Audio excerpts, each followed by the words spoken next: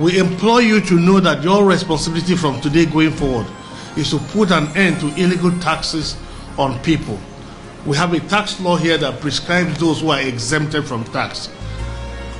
All those categories of people and those that from time to time may be so announced by the governor, including every single hotel that has less than 50 rooms in Calabar and in the whole state, today are exempted from payment of tax. We have exempted all Okada drivers, taxi drivers, airport taxi drivers. We have exempted small salon owners, small catering and restaurant points, mama food, eatery points. All those small basic survival people selling of produce, struggling to make a living, they have been exempted today from paying tax. We have exempted them because it is better for me as a governor that I rather tax my brain than to tax my people. And great perseverance, you have the right for anybody who comes before you to demand tax. You have the right to say, stop, the governor have said we should not pay tax. Why will a small person carry banana from his farm to go and sell, and produce people are there taxing him for produce? Why would somebody carry groundnut to go to market and somebody is putting a checkpoint on the road and collecting money from the groundnut seller? This is not Ben Ayade, this is not my nature. I am not wired for this insensitivity to a weaker person. I have abolished produce tax.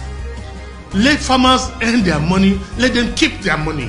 Because you didn't give them fertilizer, you did not irrigate the soil, you did not prepare the soil for them, you did not do the land clearing for them. Why do you want to tax them? Why do you put pressure on that your small brother or sister whose situation is much worse?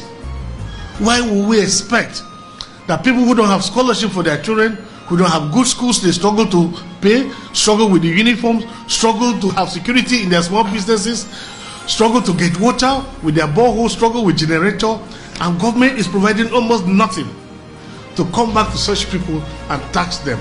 I think this is the greatest injustice. I never knew that 5 years into office as governor, I would still find somebody who could live in a thatch house in Cross River. I almost cried because I knew how prepared I was, but it didn't end the way I had dreamt for the state. And I just think that somewhere God will just help me, because I really wish I could help. It's very painful, truly.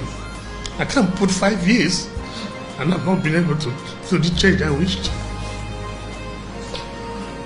I know of some small people whose businesses are closed because even after signing into law that they should stop collecting tax, I still find people giving political appointment for a completely different thing, and you see them go back to these same people and dragging them and seizing and closing their shops and taxing. If we have to pay tax, let me contact the anti-tax agency. They will give us a tax code whether we fall under the category of those to pay tax or not.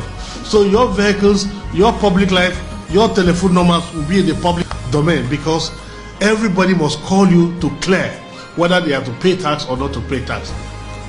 And so I pick only men of God and women of God to serve here. I charge you that by the time you are done, let your agency be a world-class example for other states and countries to emulate. If God sees into my heart, let him take every single wealth I have. If he can make every single Cross Riverian rich, if he can take every single Cross Riverian out of poverty, let Ben Ayade and the Ayades, let us be poor for Cross Riverians to be comfortable. Let me see Calabar thrive again. And this is part of my post-COVID-19 response.